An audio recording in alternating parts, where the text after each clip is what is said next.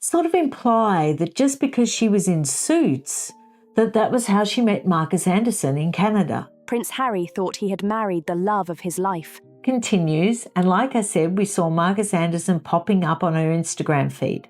Now, people have asked me, were they in a relationship? And I looked into that very, very deeply. But what if he was just another name on Meghan's Soho House guest list? From the very beginning, it seems, it was all planned. It was planned from the beginning. She denied being interested in the royal family, which she totally was. I know someone who knows the ex-husband who said she had a vision board with Prince Harry on it. She claimed she wasn't interested in the royal family, but insiders suggest otherwise. One source close to her ex-husband even revealed she had a vision board, and Prince Harry's face stared back at her from it, glaring like a prophecy waiting to happen. It all started on a quiet night in Montecito. Harry, curious and scrolling through old archives, stumbled onto something that would send his world spinning completely out of control. A single photograph, seemingly harmless at first glance, became a key that unlocked secrets he wasn't ready to face. Meghan Markle, radiant and glowing on a sun-soaked yacht in the Mediterranean.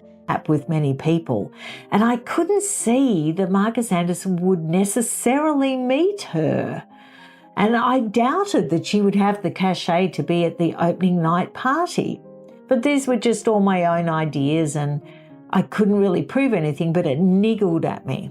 But Harry's eyes weren't on her dazzling smile. They kept returning to one tiny yet explosive detail.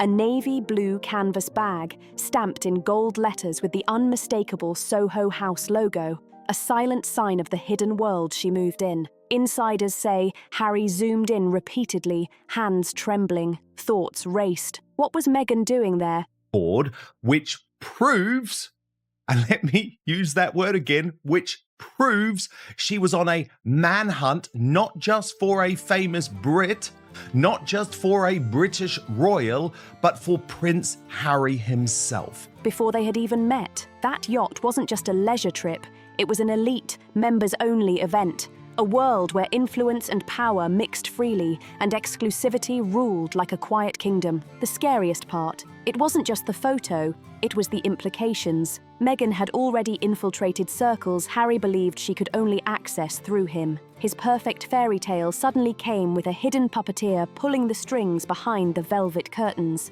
That puppeteer, insiders say, was Marcus Anderson, a charming, well-connected executive at Soho House, Toronto. Marcus wasn't just a friend, he was the friend.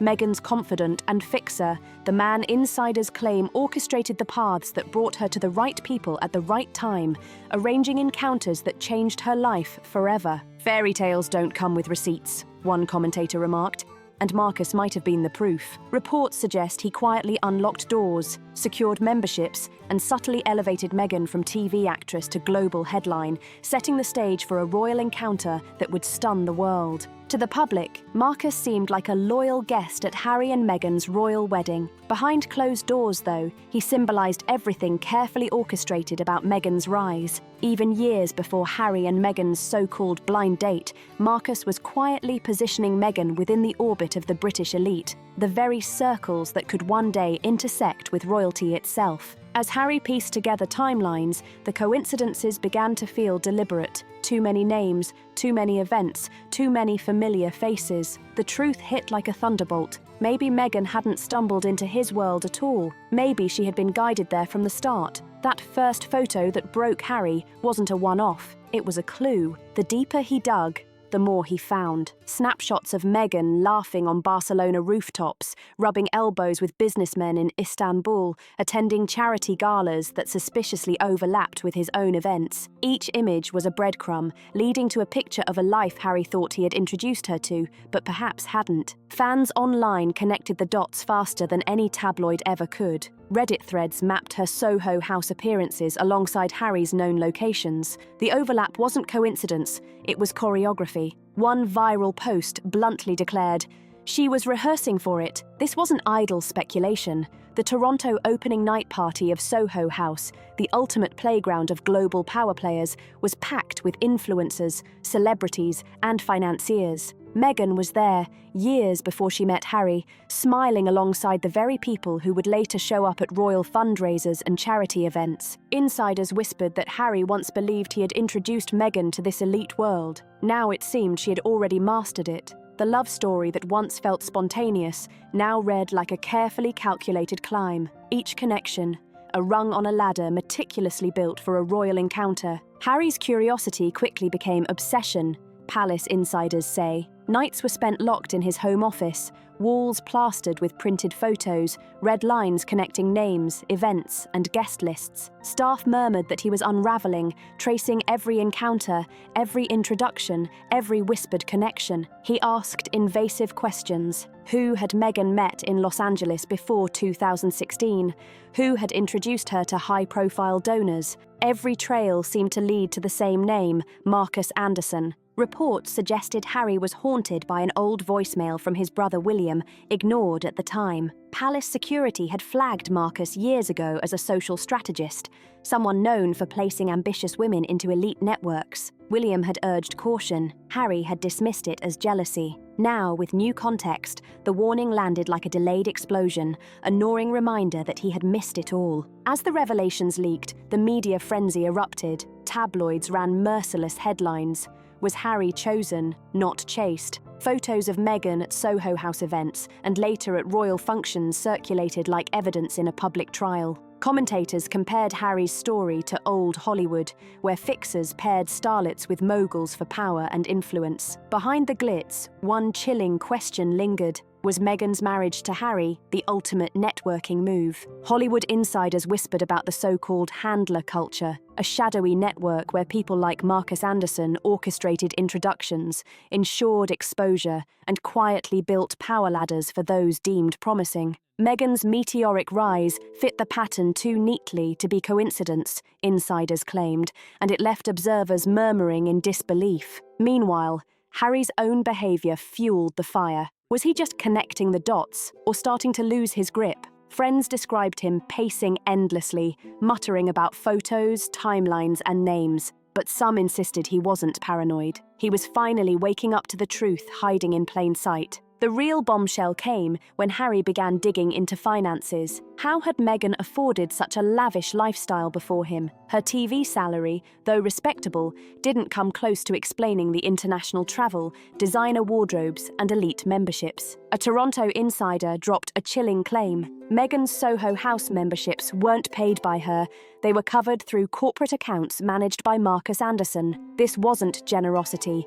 It was an investment in her rise. A viral TikTok broke it down in cold, hard numbers. A global Soho House membership alone cost over £1,500 a year. Add luxury travel, exclusive event invites, and wardrobes worth tens of thousands, and the lifestyle price tag hovered near $80,000 annually, far beyond what her earnings could cover. The narrative shifted from mere ambition to something far more calculated. One caption summed it up brutally. "You don't climb that fast without someone holding the ladder steady." One sleepless night, Harry re-examined the wedding guest list. The discovery left him frozen. Out of 200 guests on Meghan's side, more than 60 had ties to Soho House. Executives, founders, members, all comfortably placed among family and friends who trusted her at face value. To Harry, the reality hit hard. His wedding, once a symbol of love conquering all, now looked like a coronation of a network, a summit of the people who had built her path to him. Photos resurfaced online.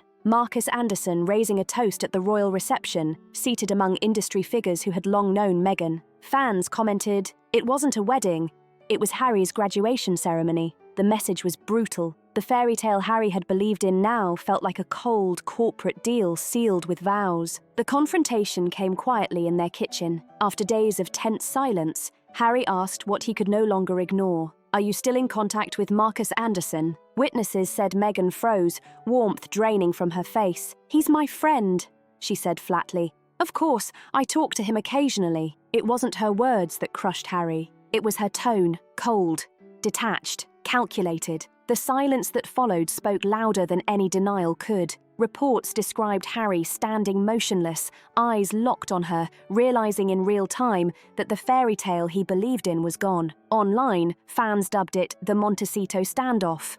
and memes spread like wildfire when she refused to deny it. "That's your answer," one viral tweet read. To the public, it became the moment the prince turned detective and discovered he was unraveling his own heartbreak. After that night, everything changed. Staff said Harry began interrogating Meghan's schedule, demanding names of everyone she met. He reportedly checked her phone, discovering encrypted apps she refused to explain. Meghan called it paranoia, but to Harry it was pattern recognition. The same faces kept appearing in her orbit. The same elite names from Soho House parties a decade earlier now popped up in Hollywood meetings, brand negotiations, and private galas. Each encounter felt meticulously orchestrated. Public opinion split. Some pitied him, seeing a man unraveling from betrayal. Others mocked him as the prince who finally realized the love story came with a business plan. A viral post summed it up perfectly. When your fairy tale turns into a LinkedIn strategy. Yet behind the memes,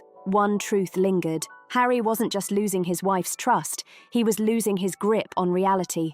By autumn, insiders described him as haunted. He reportedly referred to Marcus Anderson as the shadow in the room, convinced every introduction, every meeting, every photo tied back to him. Publicists whispered that Meghan had become a brand risk. Studios, once eager collaborators, reportedly grew cautious. Even Netflix and Spotify watched her public sentiment, worried the narrative of manipulation might damage partnerships. Across the Atlantic, royal commentators drew eerie historical parallels. Princes manipulated, queens misunderstood, and empires built on illusion. William's warning wasn't jealousy, it was prophecy, one columnist argued. For Harry, the choice was devastating.